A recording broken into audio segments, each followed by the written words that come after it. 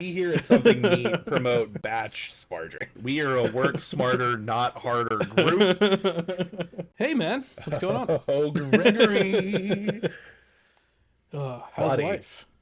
Oh, man. It's been an indeterminate amount of time but since the last episode I because no know. one knows how often we record these. Nobody actually has a clue. It could have been Could years. have been an hour. Could have been an hour ago. Not based on my lack of hangover, but definitely. It's quite obviously not from an hour ago. Just because of the coherence that we're now speaking with. I think we had kind of lost that a little bit towards the end of the last episode. Well, I mean, we said the reason we're doing this is so that we have, a good excuse to drink good bourbon together on a semi-regular basis. Oh yeah, and I think we have done it. And now that we're coming together for a second time, that means we're starting to build a habit here. We just have to keep making it a good habit. Define good habit. I don't know. Yeah, I don't know if the American Medical Association would define it as a good habit. But... Yeah, good habit. Hanging out with friends and being happy together, right? Yeah, That's we're good just habit. yeah, and we're just ignoring the cost of the bottles that we procure for every episode. Yeah, no, nobody needs to know about those. As Well, far as except far for as our, everybody that we're about to tell right now. yeah, but our significant others, as far as they're concerned, we just had these on the shelves. Of course. All right. So, Well, what you been up to?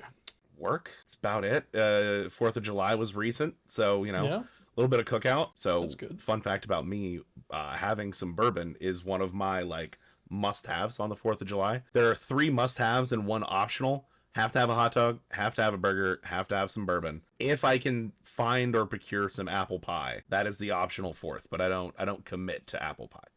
I am interested that the hot tub is a complete necessity. Does that kind of like keep you from leaving your house on the 4th of July? Hot dog.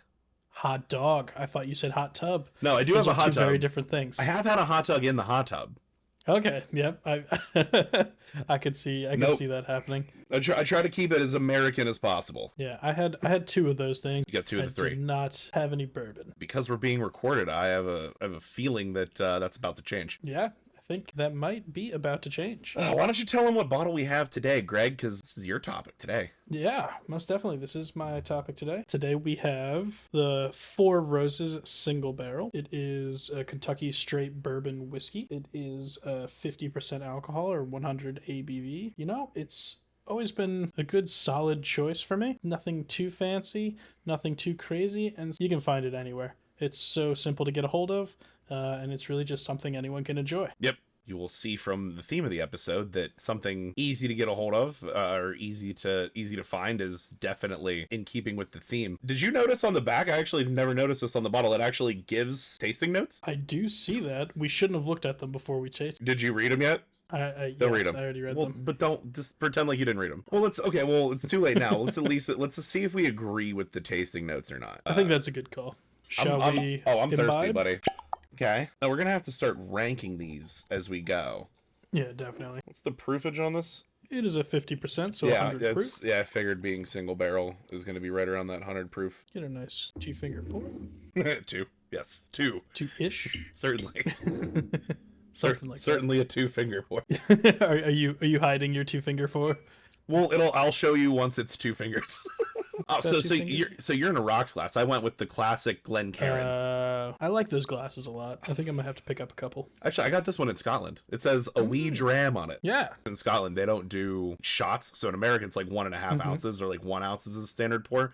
There, I want to say it's like 24 milliliters. So very fun fact. All of that information was told in the previous episode, and it may or may not have made the cut. Well, it may or may not make the cut on this one. The A sniffing notes. nosing. I don't think it's as deep of a smell as the Henry McKenna was. No. It's sort of a little bit lighter. It's a little bit lighter. more acetone. Not overpowering, but there is a little bit there. There's definitely more of a spice than the McKenna too. The Henry McKenna, there's more of a almost. It's not cinnamon, but it like finishes the way sniffing cinnamon would finish. Like it doesn't smell like cinnamon, but it feels in my nose like cinnamon. That could be the alcohols, the different alcohols that are in it. But Yeah, that's very true. oh god, that's good too. That's very tasty. We're picking good bourbons. This is a good one. This one's got a lot more of that Kentucky hug than the last one did. Yeah, there's more of Definitely a lot more fire. Yeah, there's definitely a little bit more of a burn. It's about the same proof. It is, yeah. I think it's the same proof, but I don't know what it is about it. But like as we go through these, I know that we're gonna see some of them kind of kick back a little harder than others do. There's no age mark on Four Roses Single Barrel, but all Four Rose bourbons, fairly certain almost all are a minimum of 5 year. The other thing is, actually, no. Heaven Hill Distillery, their rick houses have multiple floors. Four Roses, when they do their barreling and their aging, they only do it on one floor because, like, where, especially in like Kentucky, summers in particular, where in the building a barrel is stored can hugely impact its aging and its flavor. I have heard that the aging, I believe it's the more towards the top of the barrel house, the more smooth of a finish you usually get on it. Well, I mean, yeah, I mean, it sort of depends. So, like, because in the summer it expands and it gets forced into the wood, it's pulling a lot more of those tannins and stuff out when it contracts and it gets cold. So some distilleries rotate. So they'll take barrels from like the top and they'll move them to the bottom, or they'll take, they'll actually move them around. Some don't at all. Four Roses doesn't really get forced with that problem though, because like I said, they do everything on one single floor. level. Which, when you've been making bourbon since what does the bottle say? 1888. Yeah, so been around for a little bit. I think they have it figured out. I think on the list of 10 most sold brands in America, I think they're like 9 or 10. Oh wow, yeah, that's definitely up there. Yeah, everyone's at least heard of it. For the price point, it's good. The single barrel is awesome if you can afford to like regularly have the single barrel. I would consider the single barrel like a more special occasion, like per se, not the brand Four Roses, but the single barrel. The small batch is unbelievably good. I completely agree. Yeah, I think the small batch is also really good. I think if you're going to be enjoying it neat, like we are here, I think it's worth definitely spraying for the single barrel because you're going to get a little bit more of the notes, and it's just a nicer experience and all. But you know, if you're going to put an ice cube in it already, or if for some reason you're deciding to mix Four Roses bourbon, in that case, I would definitely go for the small batch instead. Yeah, Four Roses small batch, a lot of better cocktail bars will have that as like almost like their rail. Not the single barrel, but the small batch. So without having actually paid attention, I did mention cinnamon, which is on the tasting notes. Oh, I forgot about the tasting notes already. See, you know what I'm not getting though, and nothing against their label, because maybe it's just my idiot palate, but I am not getting apricot. Now I'm gonna have to see if I can taste it. I don't get it at all. No, I see where they're coming with the pear, like almost like this. Maybe a little bit. Like it's a got like smell-wise. a light fruitiness, maybe. But I think the rye spice, the cinnamon, and the toasted oak is really what I'm getting out of this. Yeah. I'm not getting too much fruit. Maybe the fruit will come through on the second pour. I'm down to 2 fingers now, so it's hard to tell. The Glencairn glass is around it. I don't know what you want. It's as many fingers as you want it to be. This is not a wee dram, we'll put it that way. So yeah, first impression's pretty good. Yeah.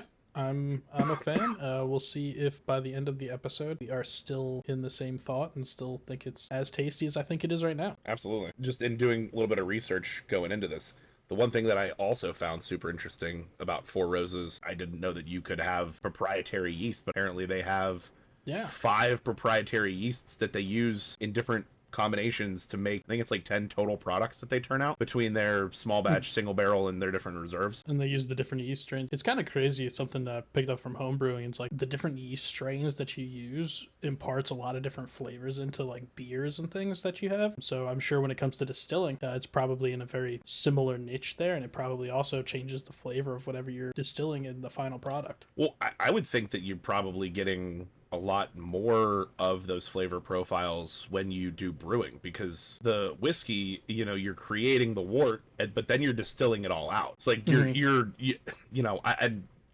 without not being a chemist, I don't know how many of those compounds actually make it through the distillation process, but I can imagine you get a significantly higher amount of those compounds coming through with something like beer making, where you're not boiling the alcohol out as a distillate. Definitely. We've mentioned this in the first episode. You do some home brewing, don't you there, Greg? Yeah, no, I have done. I mean, more so in the past than I do right now, but I've been looking to actually get back into it. Hopefully I have a little bit more time on my hands these days. If we were going to talk about something neat, I think something neat to talk about would be just brewing in general. Brewing, I mean, it is definitely something neat, if you ask me. Home brewing, it can be traced back like 6,000 to 8,000 years ago. Pretty much if you look at the evolution of man coming from a hunter-gatherer kind of race and moving into agriculture, it almost goes hand in hand, the moving into agriculture with brewing. Which is very interesting to me. Well, if you have grains and you have water and you mix it all together, I mean, exactly. You'd have to assume that the first people just did it by accident and were like, oh, this feels great when I drink 5 of these. Yeah, and it's like they probably just had a mash kind of thing going on, a bunch of grains that were soaking in water. They probably just had some yeast get into it and start fermenting and bubbling it, and for some reason decided that that was something to drink. Now, see, so when people ask me, like, were we visited by extraterrestrials or anything like that? Oh, no. I'm just saying, who would look at, for anybody that has not seen a bubbling kettle of yeasty, grainy water, or smelled one for that matter, there's nothing about that says ingest me. I feel like there needed to have been some type of divine intervention that has led us to where we are today with the wonders of beer, to where like someone said, no, that's fine, you should drink that. Yeah, yeast, like when it's actually fermenting the beer, it's really interesting because a lot of the times we're using ale yeast and it actually sits on top. So as it's fermenting, you just have this like 2-inch thick of foam on top that just bubbles continuously and just like thick foam. And it's warm.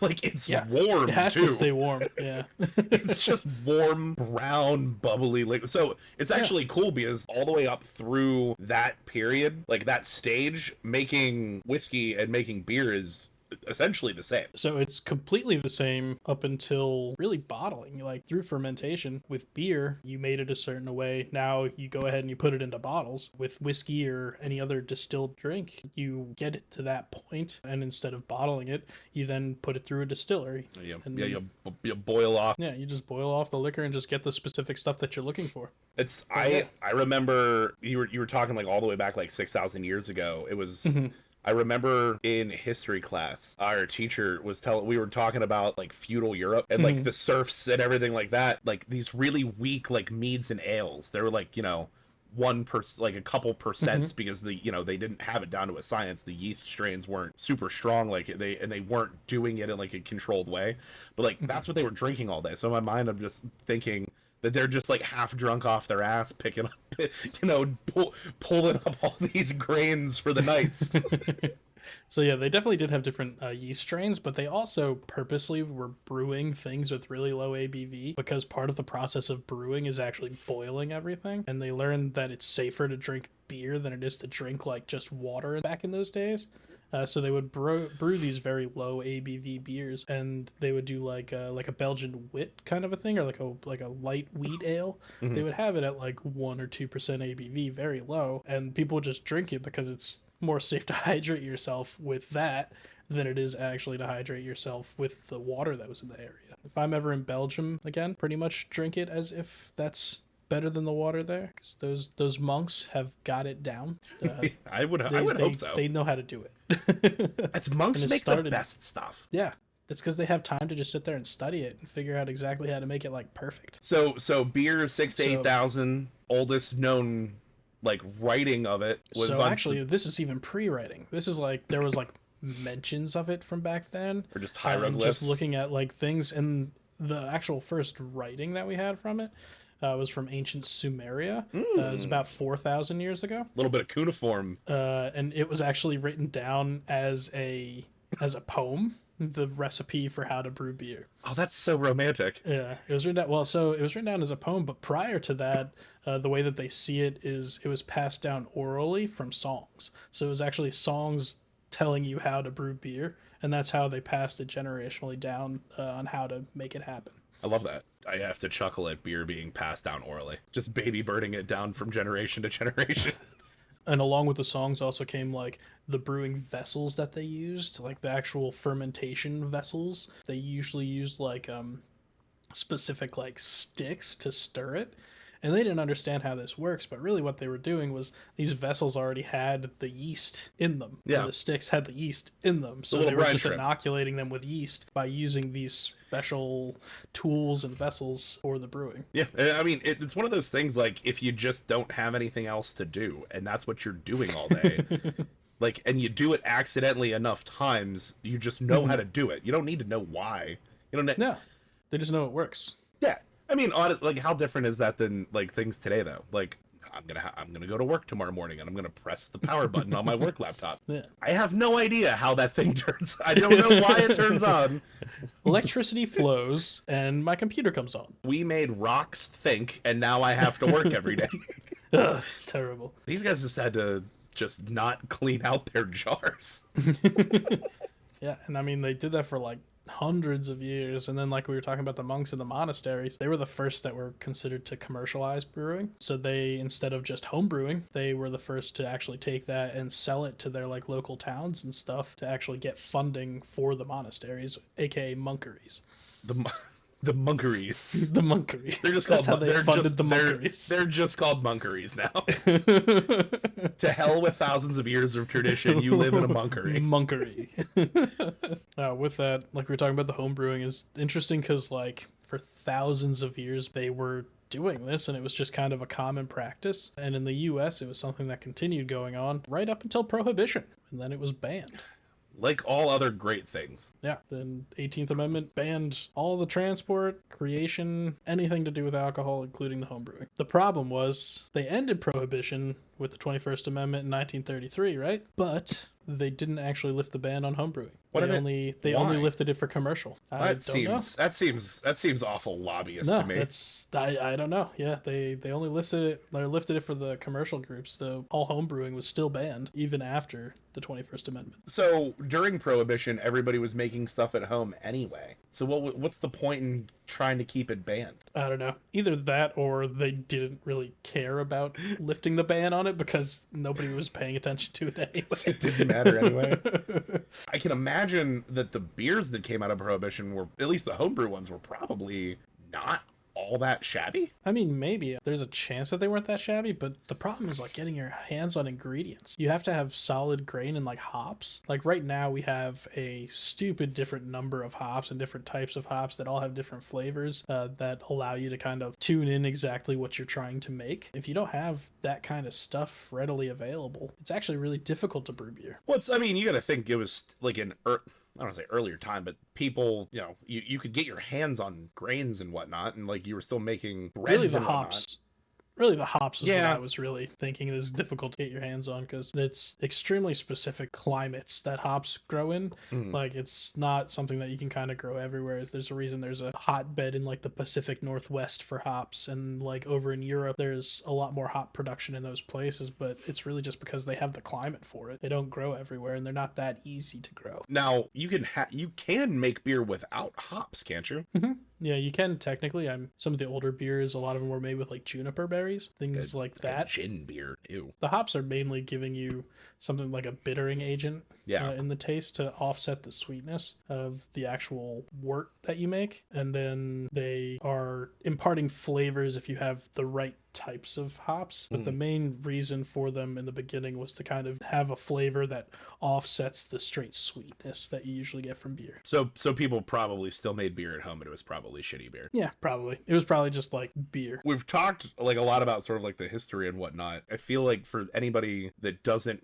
really know step by step, like this is how you make beer at home. I'm not saying like tell me the measurements, but I've tried your beer and it's delicious. So like I'm 5, what are like this is how you make beer at home. Yeah, it kind of comes down to 5 steps for most beer. You start off with making a recipe. If you're just starting, they also make a lot of kits and stuff if you go to your local homebrew shop that you can literally just pull them off the shelf. Usually you'll have to buy yeast with the kit, then you can just go home and make it. Like, it's very simple. But if you're trying to be a little bit more adventurous, you start with your recipe, and then you're going to do something called the mash, which is taking your grains and you kind of put them in a pot of water at a certain temperature, and it makes your kind of sugar water, which is called the wort, that you're going to be fermenting. Then you boil that wort with hops. This is usually where the hops are added. And then after you're done boiling it, you cool it all down, and then you ferment it. And then that's where the main fermentation happens. Once the fermentation is over, usually a couple weeks, you can move into bottling it, and then you can finally drink it. So that's a kind of a quick breakdown, but I could definitely go a lot more in depth. I know. That's explaining like I'm 5. I don't know if you want to explain like I'm 25. Nah, we can get a little bit more, a little bit more granular. A little more granular. I had to chuckle because I was reminded of a beer making story where you said it takes a few weeks to what condition and bottle and whatnot. So a brewery that you can tour for free in Pennsylvania that we will not name. It may or may not be America's oldest brewery. The day after Prohibition lifted, the current owner in a long line of familial owners who all share a similar last name. If you haven't Very got it, interesting last name. if you haven't got it yet, you're not going to get it. It's not my fault. The day when Prohibition was repealed, they came out with a bottle, a ready-to-drink bottle of, I think they called it their Prohibition, or it was like the Victory beer. It was Victory beer. Victory beer. It was because they had won over Prohibition. It's so weird that they had it just like They ready to go that same day. A couple of weeks earlier, someone had to have brewed it then. It's not something that you can do overnight. That's not what you tell the U.S. Congress if you're ever. No, it's just convenient. Yeah, just convenient that this was already done. It's these were just laying around, and we had them ready to go. So they used to age. They would condition and age all of their beers in tunnels that they'd cut out like underneath, because it was sort of like built into a hill, and the government actually came in and like bricked off the entrances, and they still have some of those walls when you do the brewery tour. That's pretty cool. It's actually super duper cool. Again, if you haven't figured it out yet, you're not going to. It's not my fault. Yeah, and we are not actually going to tell you what it is. You're definitely gonna have to figure it out on your own. Yeah, because statute of limitations is probably lifted, and they do tell that story on the brewery tour. But also, something neat about going back to the home brewing and kind of when laws were lifted and stuff like that. Home brewing was finally allowed federally in 1978. Jimmy Carter wrote something called HR 1337, and it lifted the ban on home brewing at a federal level. But it gave power to the states to decide if they wanted to lift it or not.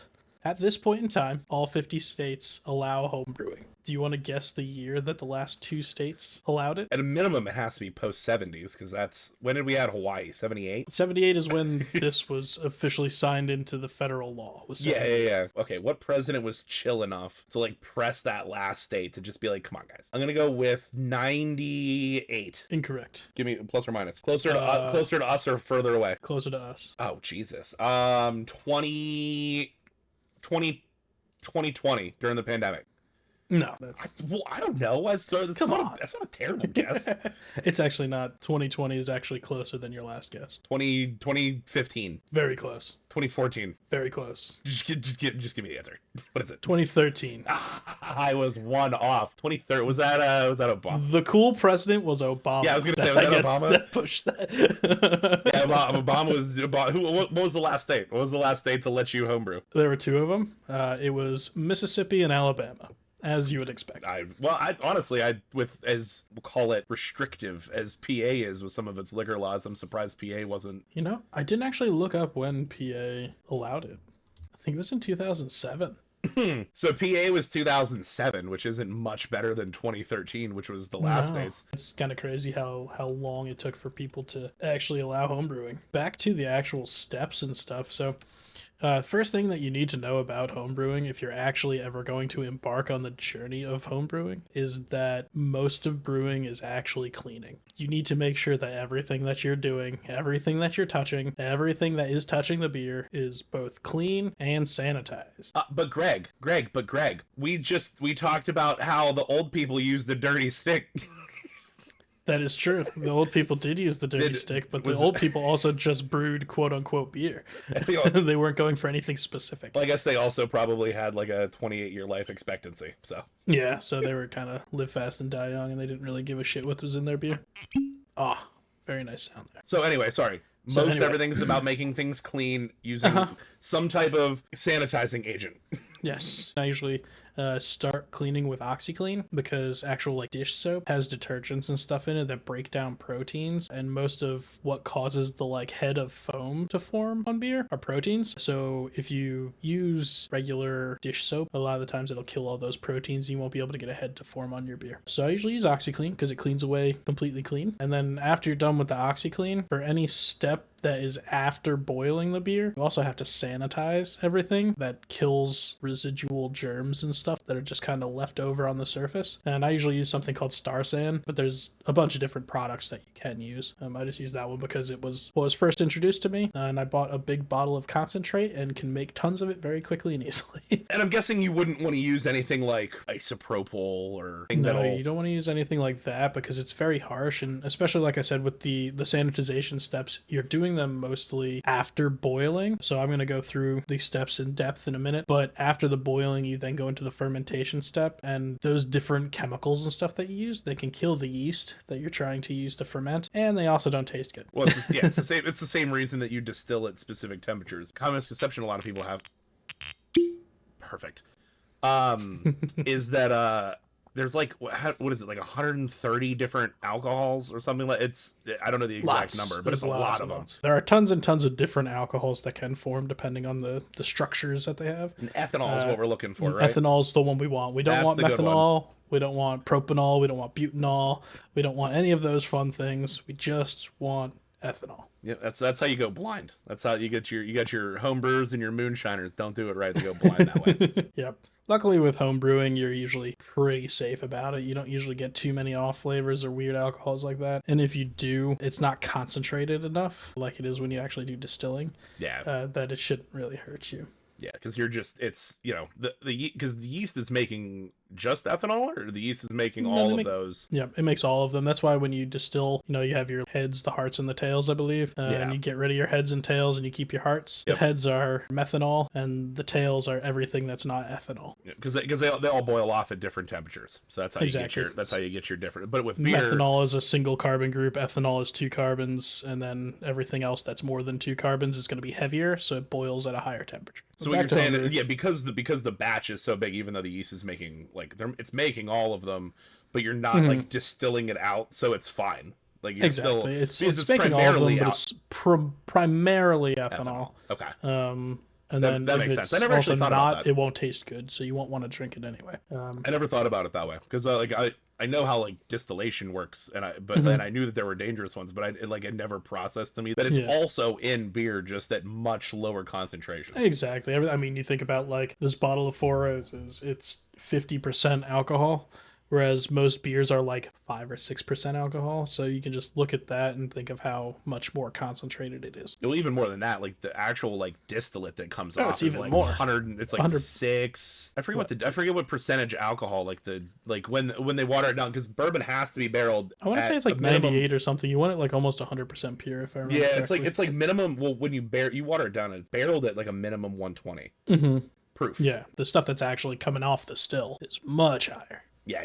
So beer is safe to drink. Moral of the story. Yeah, so step 1, like I was saying before, create your recipe. When you're making a recipe, you're really making a ratio of water. You're going to use malted barley, generally the main grain that you're using, and that's what really gives you kind of your malty sweet flavors in your beer. They kind of have malts that go from everything that has like no taste at all, like something called like a Pilsner malt, all the way to like something called black patent malt that's super black and pretty much just tastes like smoke or burnt stuff. You just put a little tiny bit of it into different beers, and it's more used for the color of the beer more so than the flavor. You just want to like sprinkle it in almost like a spice, like just a little bit a little bit in there, just a little just a little salt bay, just black crack malt. But that's all your malts, and then so that's water, malt, and then you have the hops. They are what add the bitterness to your beer and make it a little bit more punchy. They will also impart citrus flavors, tropical flavors and smells, and all of these different awesome tasting things that you usually associate with like IPAs and things like that. What's your favorite type of beer? To drink, I'm a Belgian guy. I really like Belgian ales. If we're going into Belgians, usually Belgian doubles or triples. Doubles are like usually like a darker, more malty type of beer, and triples are usually more sweet, lighter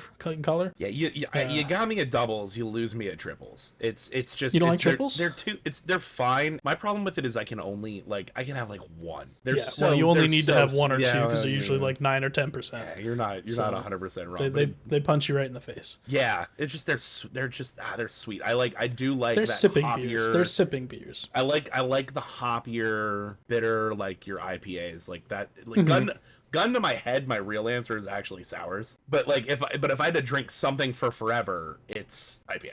So then off after the hops, then your last thing you have to select is your yeast. It ferments the beer, but it also imparts a lot of different flavors into the beer. Apart from the alcohols that we were just talking about, they also give esters and phenols, different flavoring things. As long as your fermentation goes right, they kind of balance out very nicely generally in beer and like impart it with a cool flavor. But if your fermentation is too hot or doesn't go correctly or sits too long or not long enough, you can get things like off flavors in beer, and a lot of those off flavors come from the yeast during fermentation. How quick do you know if something has gone wrong? Or is it just like, it's done, you taste it, and you botched it? Exactly. There's no warning signs. It's just you taste it at the end and There are sometimes things like I was talking about how they sit on top and they have like all that foaminess or something with the ale yeast.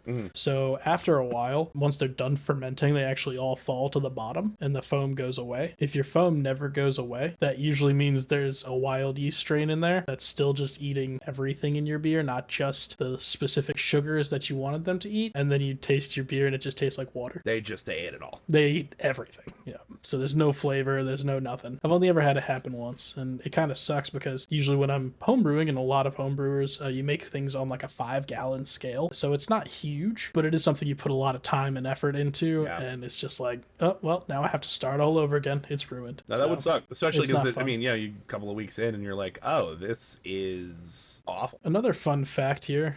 So after another something neat. You could really like add other stuff to beer. Like you can add fruits, you can add vegetables. Some people put like jalapeno saison. That's delicious. Okay. All of those things are actually not allowed in most German beers. They have something called the German purity law, which sounds the German purity terrible. law is only about beer. It's specifically about beer.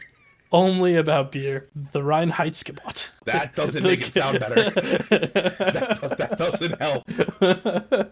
But it was introduced by Bavarian noblemen in the 1500s, and it said that in order to make beer, you can only use barley, water, and hops. Nothing else. They didn't know what yeast was back then, so they didn't include them. But yeah, so that's all there is. But it's still something that's around today. It's actually the oldest food safety law. The brewery that we mentioned earlier recently released a beer using German Pilsner hops that follow the Reinheitsgebot. It doesn't. You can't say it in German and then be like, yeah, that's a German purity law. Still think it's something neat. Oh no, definitely. But anyway, you make a good beer though. So after you have your recipe, now you have to do something to get the actual wort or the sugar water from the grains. As you know, grains, they're not sweet. You can chew on a piece of barley and it doesn't really taste sweet at all because all of the food is stored in the grain as starch. You have to malt the barley before you can use it for beer. What that is they literally take the barley and let it start growing. And just when it starts to grow, you stick it into a furnace and you kill anything that's growing on it, but you don't destroy the enzymes that the plant produced that are turning that starch into sugar. Even after they're malted, they're still not super sweet. It's like similar to like if anyone's ever put like a cracker on their tongue and it's like nothing, and then it starts to taste sweet. It's like that's the starches and the carbohydrates are breaking down into the sugars. That's basically what you're doing in the kettle. Right? Yeah, exactly. So it's actually pre the kettle. You're going to use something called a mash tun. Ah, okay. So you take all of the grains and you heat up some water to right around 150 degrees Fahrenheit, and you soak the grain in that water at that temperature for about an hour or so. What that temperature water does is reactivate all those enzymes that the plant was using to create sugar from those starches, and then all the sugars just dissolve into the water. So could you make beer from Cheerios? You could, yeah. Well, you could. So the things with like using something like Cheerios or something that's like a really high sugar content thing is further on down this road, we're going to talk about fermentation. And when you're fermenting, the yeast eat most of the sugar. So if you use something that's just really high sugariness, it really doesn't impart any flavor generally because the yeast will just eat that sugar and it's kind of gone. You have to use like complex kind of flavors to actually get them to stick around. You'll just end up with ethanol water. Pretty much, yeah. I mean, to an extent, until it gets to a certain ABV. But yeah, so you do that and you do that mash to get the actual sugar water. And that's sort of the concept behind something called all grain brewing. So if you're creating the actual recipe from scratch, you're getting all of the specific grains that you need for that recipe, and then you're doing this mash process to get the sugar out. Most kind of entry level, like the beginning way to do it, is a lot of times you use extracts, which is pretty much that process that I just did. They do it at like a huge, massive scale, and then they boil all the water out of it. So all you're left behind is with just the sugars out of the sugar water, and you can literally just buy bags or cans of either dry malt extract, which is just literally that malt, all the water is taken out of it, and it's just the sugars left over, and you just put it into water, and it comes back as the wort, the same thing that they started with. Like a bouillon cube, but for... Exactly. It's a bouillon cube, but for beer making. It is exactly. It is a bouillon cube for beer making. But it's just, honestly, it makes it just easier. If you're just starting out, you need a lot less equipment for it. You really just need a kettle to boil stuff in, rather than having a mash tun and a place to do the sparge and all that fun stuff. So it's kind of like a good way to start. Once you get that actual sugar water, you do something called sparging.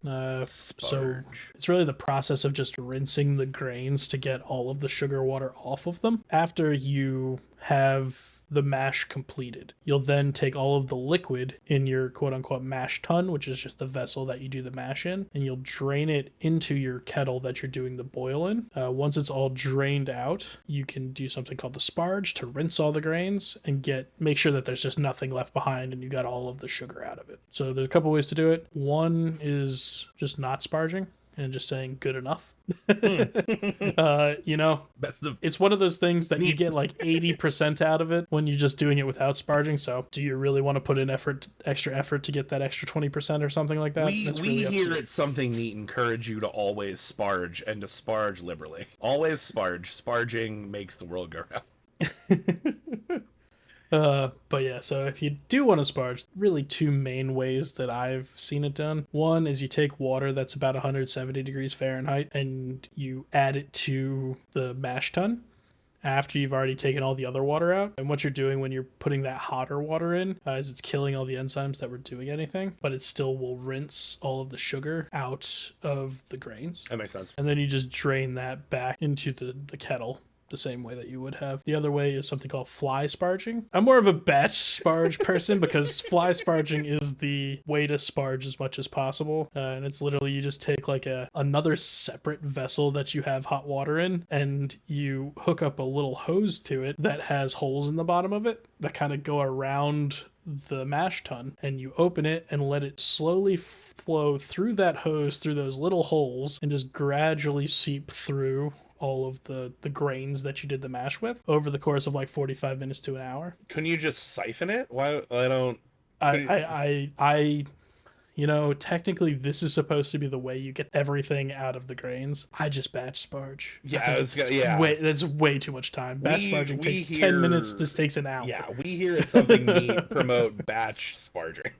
Not all sparging. I retract my earlier statement. We are a work smarter, not harder group. That is what our brand stands on, damn it.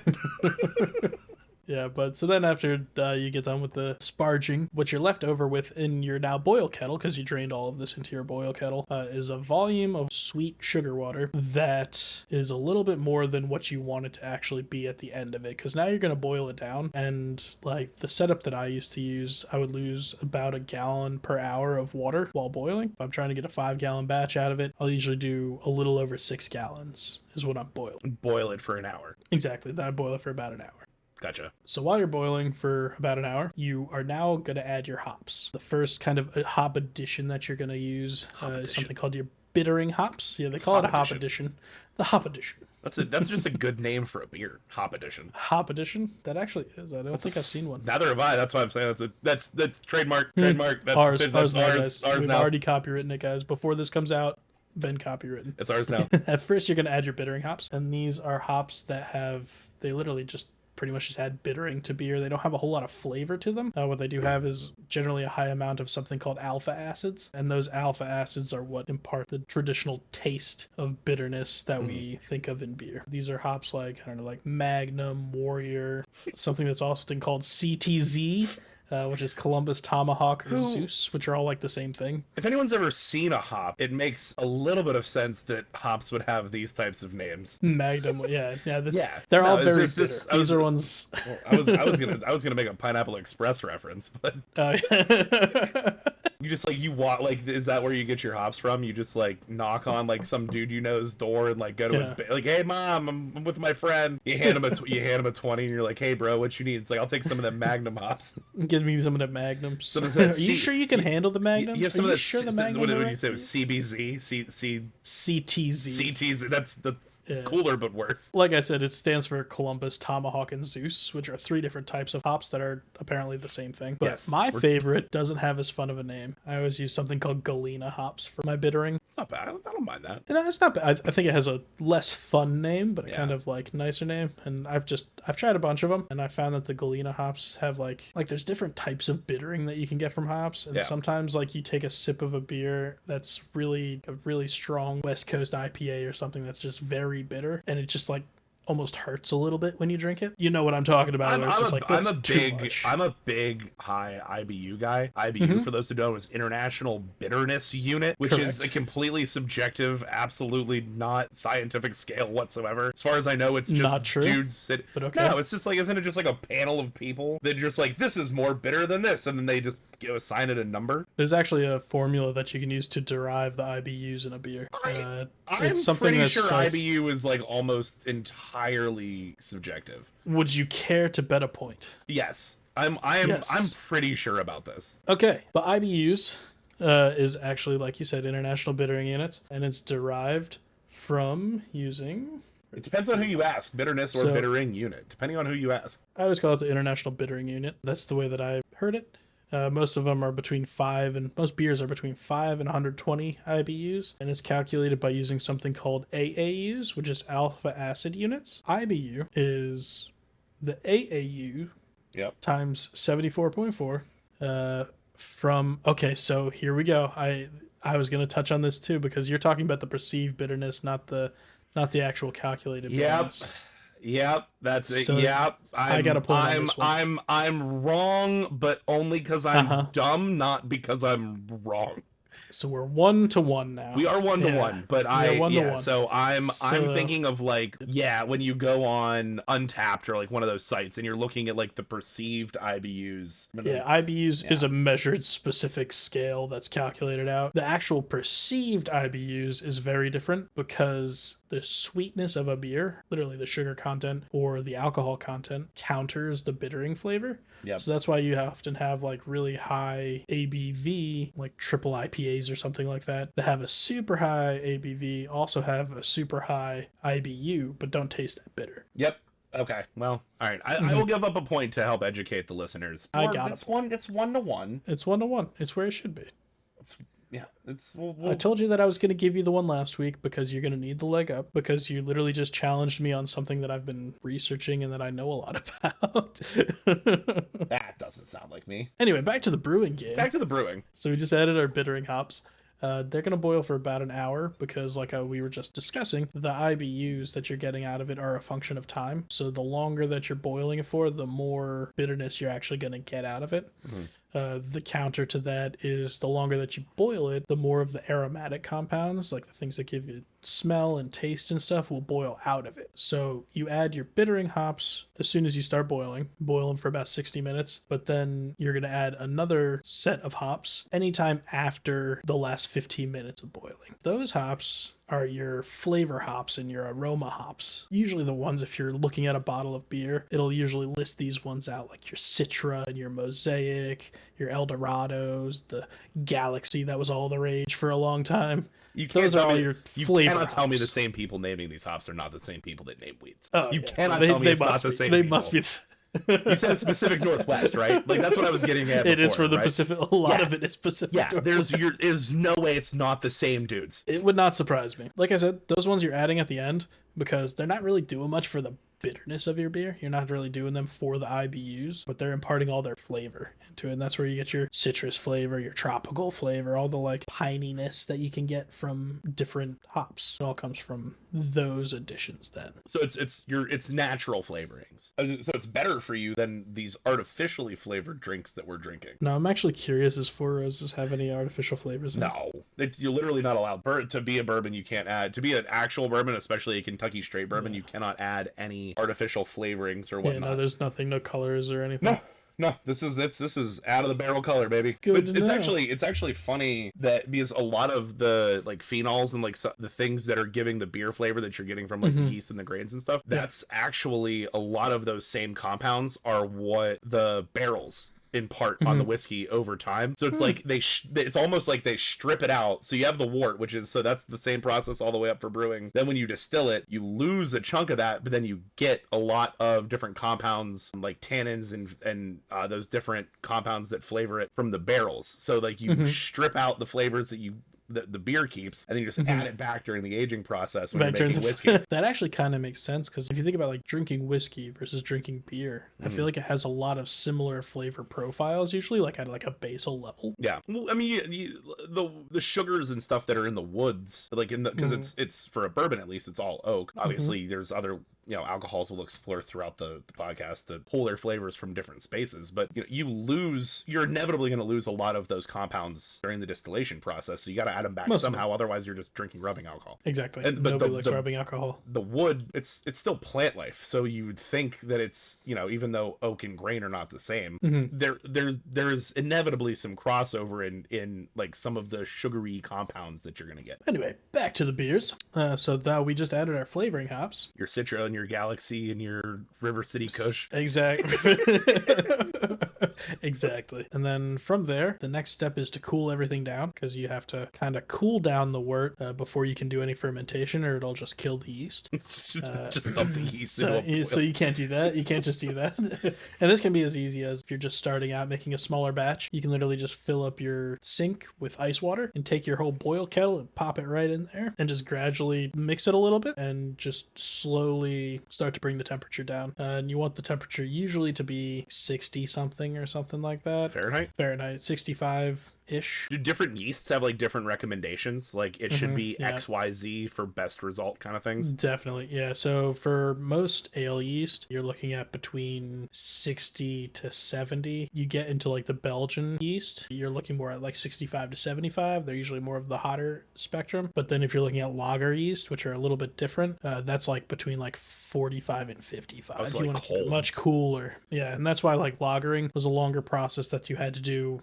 like in caves or something in Germany, because you have to keep it what's called like cellar temperature for them to work, and it takes a lot longer. So that's why I primarily just make ales, because I don't have the patience for that. That's why most breweries today you have like ale variants, and most things are because it just it sounds like it's just easier to make. Exactly. I mean, like most lagers are harder to make. They do have like that cleaner, crisp character that you get from only lagers, but you can make like a blonde ale or something, like a light ale that is not too far off, and it's just easier to deal with. The main thing is because at those cooler temperatures, all of the off flavors that we were talking about before, they don't come into the beer, so it's much smoother and cleaner. Whereas as soon as you raise the temperature, you start to get more of those compounds that you don't necessarily want, and you get a lot more off flavors. I'm sure we will do an entire episode about, we could call it like the family tree, like the beer family tree, and just like go down and like talk about like our favorite examples in each section and like the differences between how you make them. So now you got to cool it down. There's a couple of different ways to cool it down. Like I was saying, you can just put it into an ice water bath,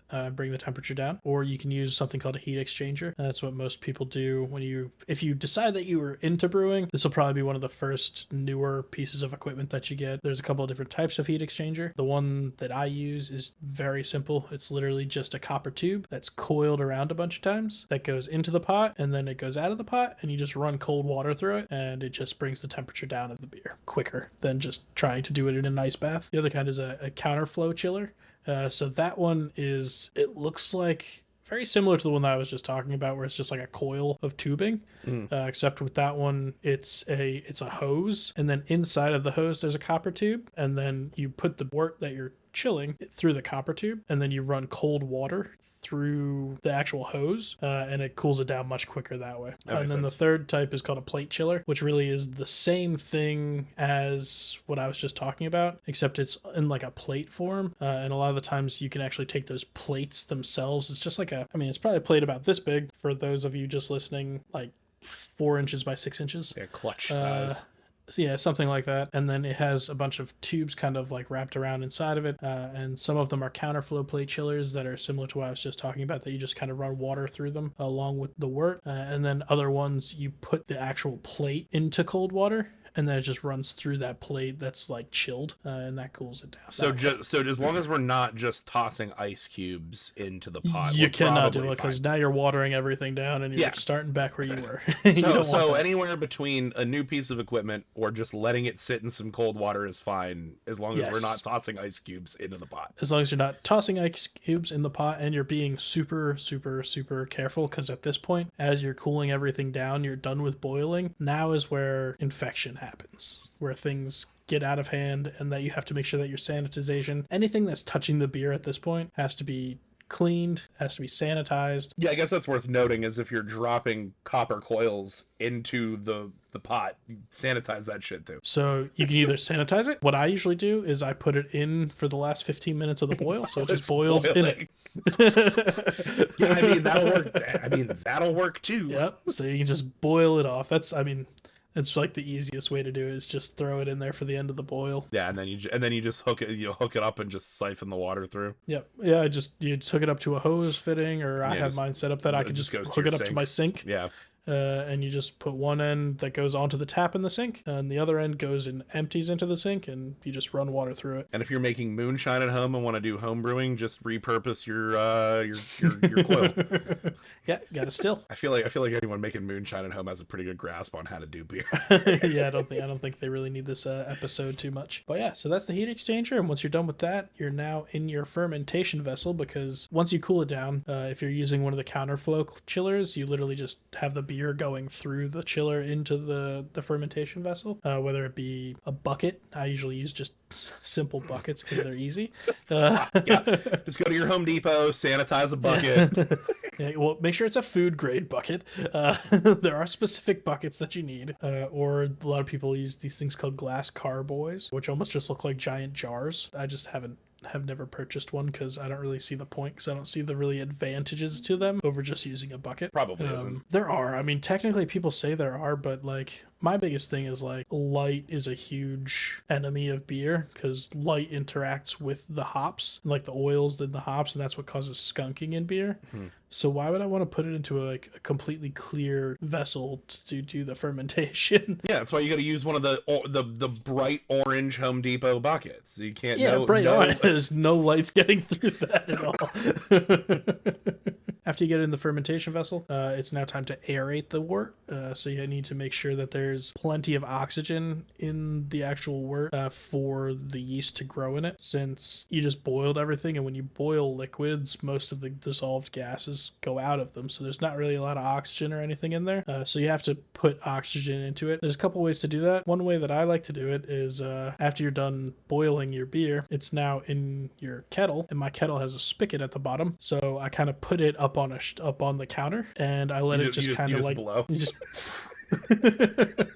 But I put it up on the counter, and I just open it and let it kind of fall from like 4 feet into the fermentation bucket. Almost like a waterfall in a pond. Exactly. It's just, I mean, it almost just looks like my kettle is just peeing into the fermentation vessel, and I just do it that way. I think it's funnier you trying to just blow air into it into the boiling kettle and just infect it with everything, and just now it's completely ruined. It's not. It's cool now. Talked about this. Just add like 6 hours to the process and get a little handheld milk frother. Just milk froth 5 gallons of wort. But yeah, that's how I usually like to do it.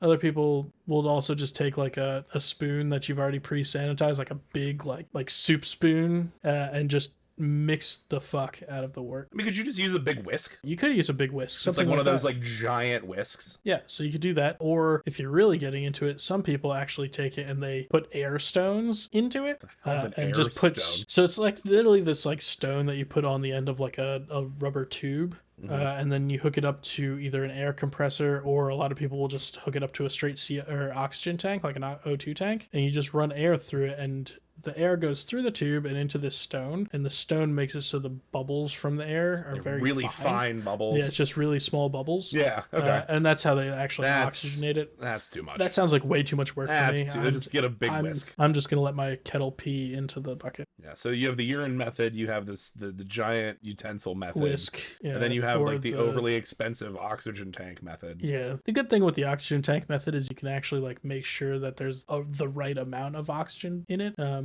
why don't you just go get like a fish tank? Do it in a fish tank and just turn the bubbler. I don't know. I've I don't know. I've brewed a decent amount of beer and I've never had a problem with it. Ooh, you know what? I think I agree. Just a touch, just a nib. However many nibs. It's unimportant how many nibs. We're mostly through the process. I'll hold the bottle up. Ugh. It's bigger at the bottom. Yeah. Of course. That's volume's a weird thing. Okay, so then your kettle pees into the bucket. Pees in the bucket. You got it nice and aerated, and now you're just gonna do something called pitching your yeast. Usually, you can get either like a little packet of dry yeast, or I usually like to use liquid cultures of yeast. So it's just like a little tube of liquid yeast. If you're going to use the dry yeast, a lot of the times you want to rehydrate it. So prior to actually pitching your yeast, you want to take it and put it in like a bowl of water. Get it room temperature, this bowl of water, and then just sprinkle the yeast on top of it. Don't mix it. Don't do anything. Just sprinkle it on top of it, and just slowly let it rehydrate a little bit. If you mix it or something like that, or you put it into your beer bucket that you're fermenting in or whatever you're fermenting in, and you mix it really quick, it has a potential to kind of shock the yeast and kill it. Usually just sprinkling it on top and letting it slowly rehydrate is the best way to get the most viable yeast out of that particular sample. I've seen things they're coming out with now that's like these packets that you just like, they're like solid, but it's like encapsulated liquid, and it's like dry yeast, like, and so you literally just like slap it and you just let it sit, and then when it starts to puff up a little bit, you rip it and you dump it in. Yeah, they're called smack packs. They're actually liquid yeast. Yeah, I've used those before too. I just think it's funny because it reminds me of slap the bag. Yeah, yeah, they're called smack packs. But yeah, so they're liquid yeast cultures, and then in the bags they have like kind of food for them, and it kind of just like gets them starting to ferment. There's a brand called Y Yeast that is usually like them, WYEST, and they use those slap packs. I usually use ones called White Labs yeast that are pretty much just like a plastic tube of yeast that's just liquid. I've used both of them, and they both work fine. I think I started using White Labs when I first started brewing. Most of the different brand dependent, but also like most of the recipes that I have use their yeast, and if you change yeast you get different flavors. We are not sponsored. Not sponsored yet. It's not a sponsorship. not an endorsement, but if you order White Labs right now and use code, you're gonna have to cut that out. Nobody's gonna give that to you. You can try, but nobody's gonna give that to you. That's not gonna work. That said, if you use things like test 10, test 20, test 30, a lot of times those coupon codes work on websites because developers use those to test, but then they don't delete them out. That's just a little fun internet hack for you while we're here. Something neat. But yeah, so then after that, put the yeast in, and then you seal up your fermentation vessel, and you put something called an airlock usually on it, or a blow-off tube. Really the goal for that is to let air or CO2 out of the vessel, but not let anything go back in, because that's a byproduct too, right, of like the eating. Yeah, so when yeast are eating all the sugars, they generally produce ethanol, which is one of the main things that you're looking for, and CO2. Those are like the two main byproducts that they're making. So the CO2 comes out as a gas, and if you completely seal your vessel up or whatever you're fermenting in, it will explode. It's a lot of pressure. When you're doing the fermentation, depending on what yeast you're using and what beer you're kind of trying to make, you'll get something called the final gravity of the beer, which is really just measuring how much sugar is in there still. How much John Mayer is in it? Gravity. Gravity. Your body is always bringing me down. Gravity. It's the specific gravity. See a specific amount of John Mayer in the beer. So your measurement of John Mayer is different depending on what yeast you're using and how much sugar you kind of have starting in the beer when you start the fermentation process, and whether or not it's in a functional relationship. Gravity. It was slow dancing in a burning kettle, and now it's gravity. Now it's gravity. Shout out John Mayer. Not sponsored. God. Body is a wonderland. Your beer is a wonderland. Anyway.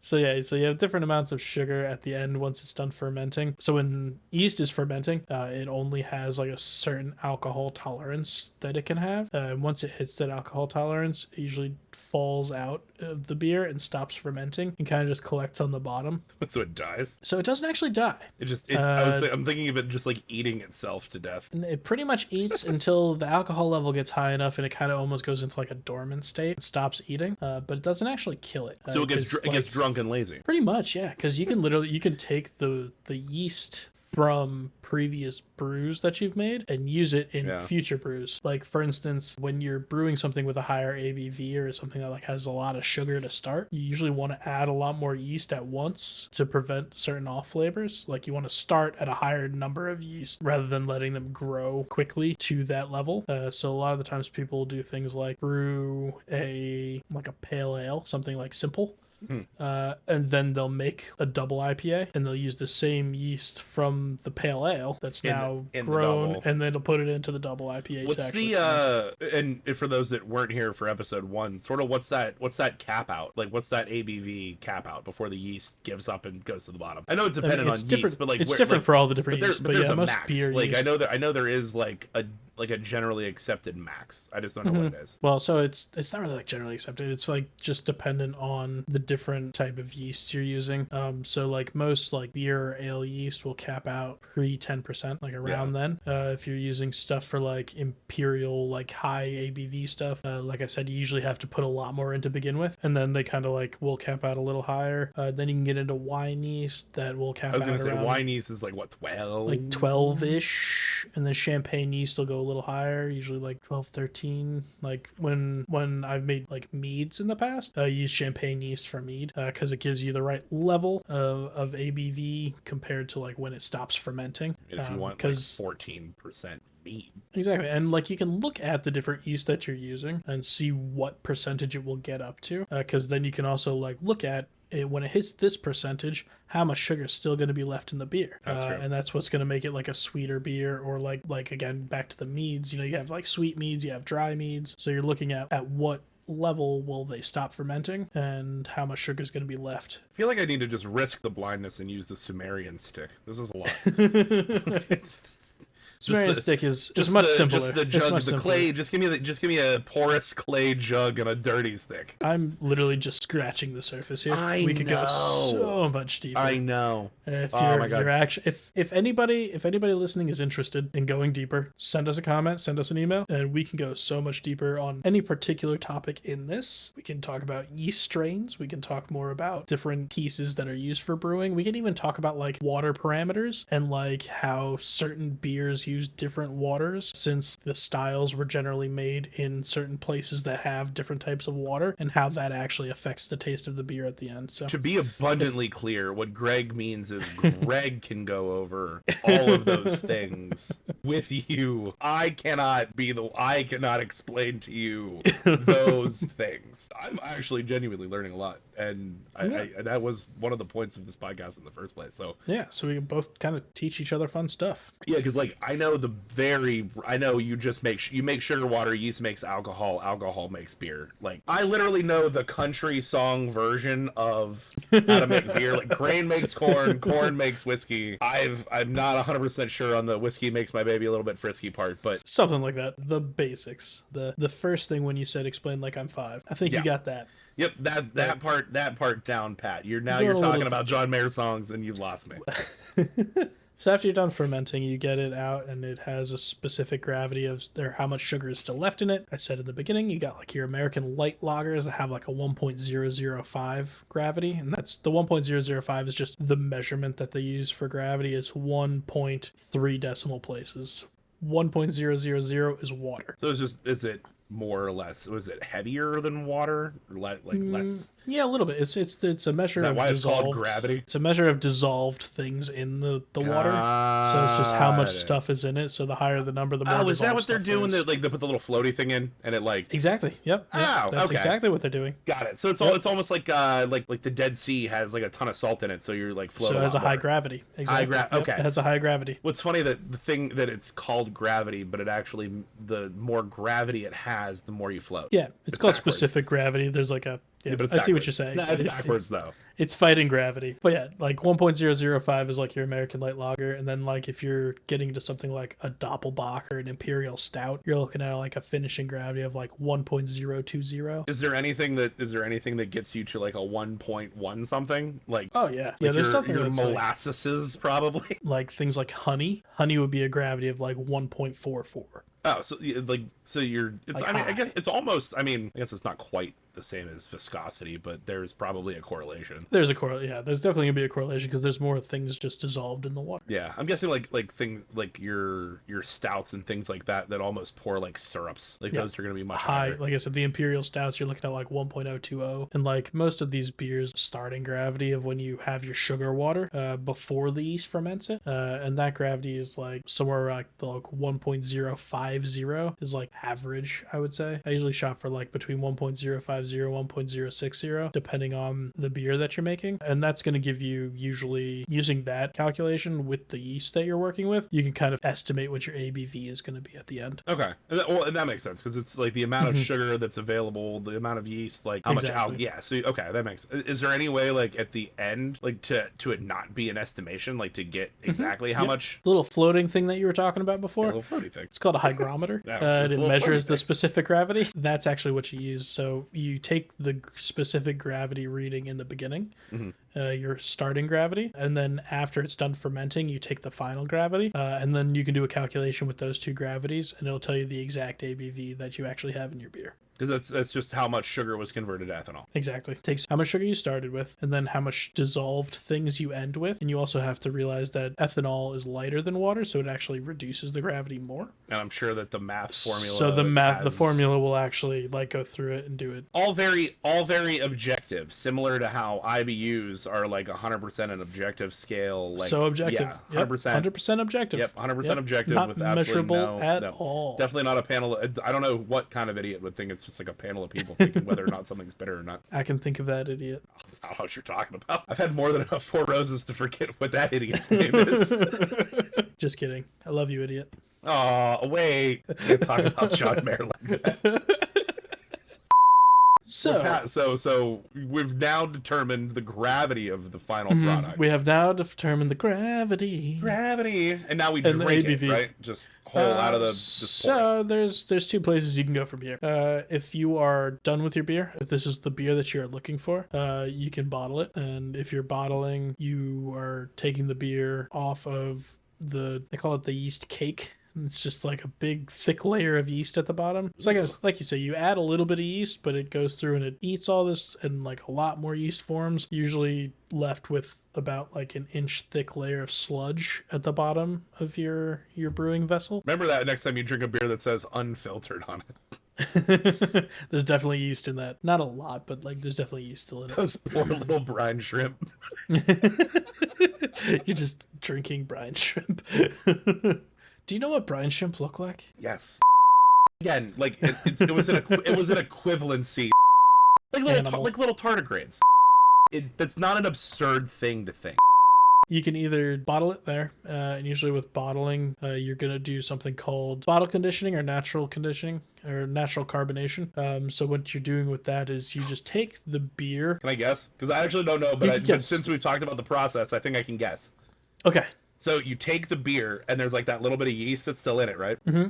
Okay, so you take the beer, and then you put it in the bottle, and then before you put the cap on, you like put just like a very measured amount of sugar in there so that it creates CO2 and carbonates the beer? That is one way to do it, yes. Look at me go. That will do it. Now, I'm so proud of you. Yes, so that is one way to do it. The way that I usually do it is you'll take it and you pull it off and you put it into a different bucket for bottling. So you get rid of like that big yeast cake and stuff like that, so you don't have to worry about that getting into your bottles. Yep, no sludge. So I'll use something called a racking cane, which is just a big siphon. I was going to say, that's just a big siphon, yeah. Yeah, you just suck all the liquid off and don't take the like sludge. Even though you're not actually taking any of the sludge yeasty stuff at the bottom, there's still just enough active live yeast in the beer that it will ferment still if you give it more sugar. So into that, I will then put a measured amount of sugar, like you're talking about, for the fermentation, for the secondary fermentation in the bottle. And then you'll create bottle the it. CO2. Yeah, okay. Exactly. So I do it that way because when you're talking about trying to put the measured amount of sugar into each bottle. I've definitely seen places that do that, but the margin of error between putting the right amount of sugar in and there the bottle is and putting it a little bit too much and just ending up with a bottle grenade, as they call them.